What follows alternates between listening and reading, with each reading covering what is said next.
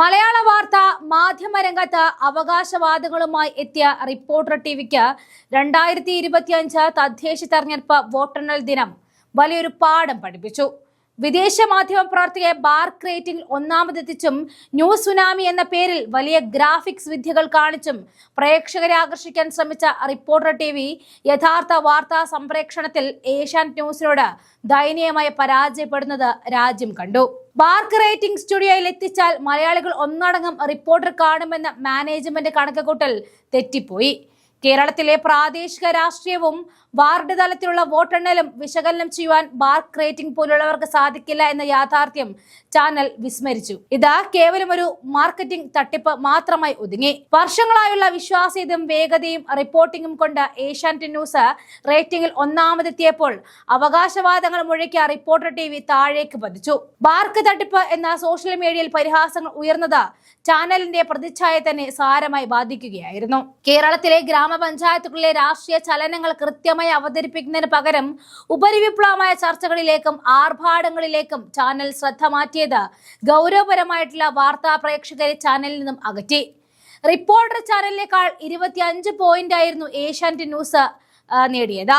പുറത്തുവരുന്ന 50-ാം ആഴ്ചയിലെ ബാർക്ക് റേറ്റിംഗിൽ 142 പോയിന്റിന്റെ വ്യക്തമായ മേധാവിത്വത്തോടെ ഏഷ്യാനെറ്റ് ന്യൂസ് വീണ്ടും ഒന്നാമതായി തുടർന്നു. രണ്ടും മൂന്നാമതുമുള്ള വാർത്താ ചാനലുകളെക്കാൾ ഏറെ മുന്നിലാണ് മലയാളികളുടെ വിശ്വസ്ത വാർത്താ ചാനലായ ഏഷ്യാനെറ്റ് ന്യൂസ്.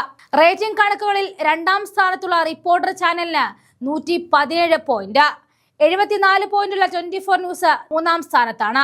58 പോയിന്റുമായി മനോരമ ന്യൂസ് 4ാം സ്ഥാനത്തും 42 പോയിന്റുമായിട്ട് മാതൃഭൂമി 5ാം സ്ഥാനത്തും 30 പോയിന്റുമായിട്ട് ജനം ടിവി 6ാം സ്ഥാനത്തുമുണ്ട്. റിപ്പോർട്ടർ ടിവി ബാർക്ക് റേറ്റിംഗിൽ ഒന്നാമതെത്താൻ കൃത്രിമത്വം കാണിച്ചുവെന്ന് ആരോപിച്ചുകൊണ്ട് കളമശ്ശേരി പോലീസ് കേസെടുത്ത് ചാനലിന്റെ വിശ്വാസ്യതയെ സാരമായി ബാധിച്ചിരുന്നു. ബാർക്ക് ജീവനക്കാരെ സ്വാധീനിച്ച് റേറ്റിംഗിൽ തിരിമറി നടത്തിയെന്നായിരുന്നു ആരോപണം. ഇത് റിപ്പോർട്ടർ ടിവിയും ഏഷ്യാനെറ്റ് ന്യൂസും തമ്മിലുള്ള വലിയൊരു നിയമയുദ്ധത്തിനും വഴിതെളിച്ചു. ചാനൽ റേറ്റിംഗ് നിശ്ചയിക്കുന്ന ബാർക്ക് ഉദ്യോഗസ്ഥന് കോഴ നൽകി റേറ്റിംഗിൽ തിരിമറി നടത്തിയെന്നാണ് പ്രധാന പരാതിയായി ഉയർന്നത്.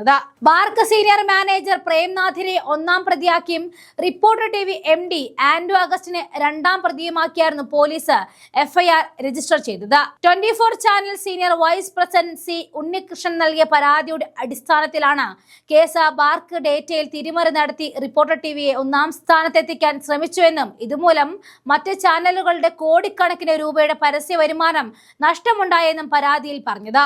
ബാർക്ക് ഉദ്യോഗസ്ഥരെ പ്രതിഫലമായിട്ട് ക്രിപ്റ്റോ കറൻസി വഴിയായിരുന്നു പണം കൈമാറിയതെന്നും അന്വേഷണത്തിൽ കണ്ടെത്തിയിരുന്നു. ഏകദേശം 100 കോടി രൂപയുടെ അഴിമതി നടന്നതായിട്ട് ആരോപണം ഉയർന്നു.